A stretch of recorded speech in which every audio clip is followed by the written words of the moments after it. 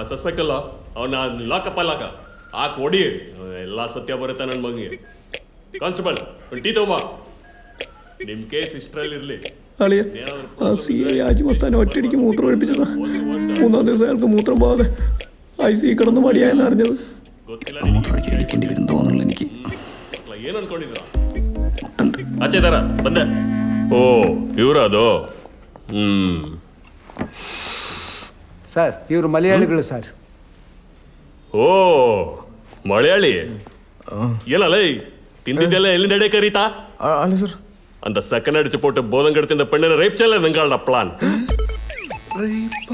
Loafer നട മക്കളാ നീനാ ഈ സംഘത്തലവൻ? പിന്നാറാ? ഇല്ല സർ, ഞങ്ങൾക്ക് തലവനില്ല സർ. അതെയാക്കെ ഞങ്ങൾക്ക് സംഘമില്ല സർ.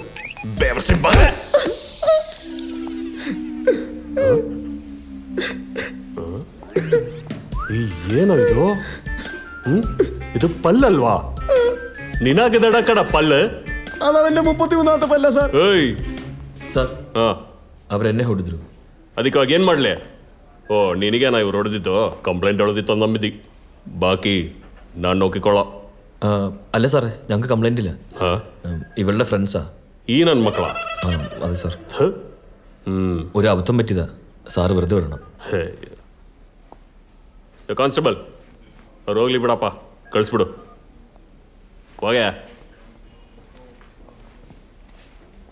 ಎಲ್ಲಿಂದಲ್ಲ ಬರ್ತಾರೆ ನನ್ನ ಮಕ್ಕಳು. നിക്ക്, പുറത്തെൻ്റെ കാറ് കിടപ്പുണ്ട്. ಕಾನ್ಸ್ಟೇಬಲ್ പോയി കേറ്. ನಿಮಗೆಲ್ಲ ಒಂದು ಕೆಲಸ ಮಾಡಿದ್ರೆ എന്നെ തല്ലിയിട്ട് അങ്ങനെ അങ്ങ് പോയാലോ? സീനൊക്കെ അത് മര്യാദക്ക് വണ്ടി കയറും. ಹೋಗ್ಯಾ ನೆಕ್ಸ್ಟ್ ಕೇಸ್ ಯಾವುದು?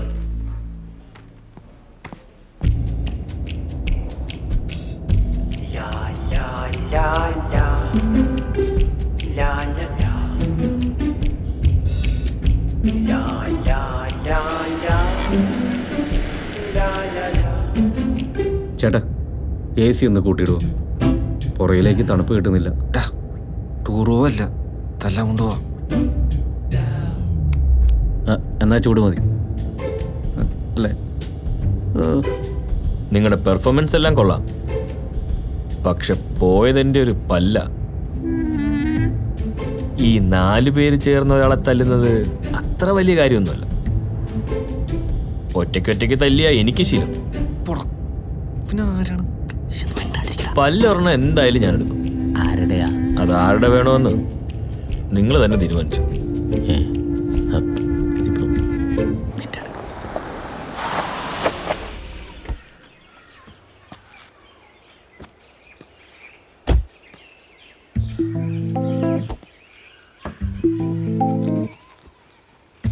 എല്ലാരും ഇറങ്ങിയോ?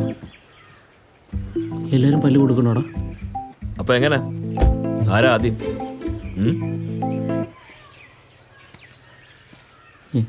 ഇവനാണ് പോണ. അന്നതങ്ങനെ പറ്റിപ്പോയി. തിരിച്ചല്ലേ തീരുന്നുണ്ടെങ്കിൽ എന്നെ തല്ലിക്കോ, പക്ഷെ ഇവന്മാരൊന്നും ചെയ്യരുത്. അങ്ങനെ നീ ഒറ്റയ്ക്ക് തല്ലുകൊള്ളണ്ട. തല്ലി തീർക്കാനാണ് തല്ലട്ടെ. തല്ലാനോ കൊല്ലാനോ ഒന്നും കൊണ്ടുവന്നല്ല. വാ, രാജേഷിനോട് കുറച്ച് സംസാരിക്കണം. വേറൊന്നുമല്ല, ചാരുൻ്റെ കാര്യം.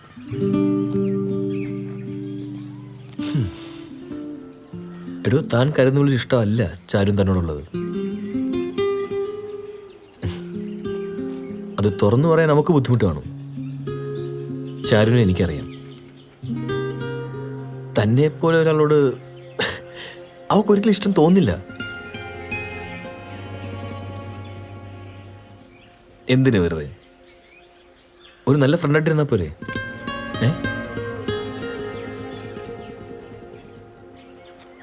ചാരു, രാജേഷ് ഇനി ഒരു ശല്യം ഉണ്ടാക്കില്ല.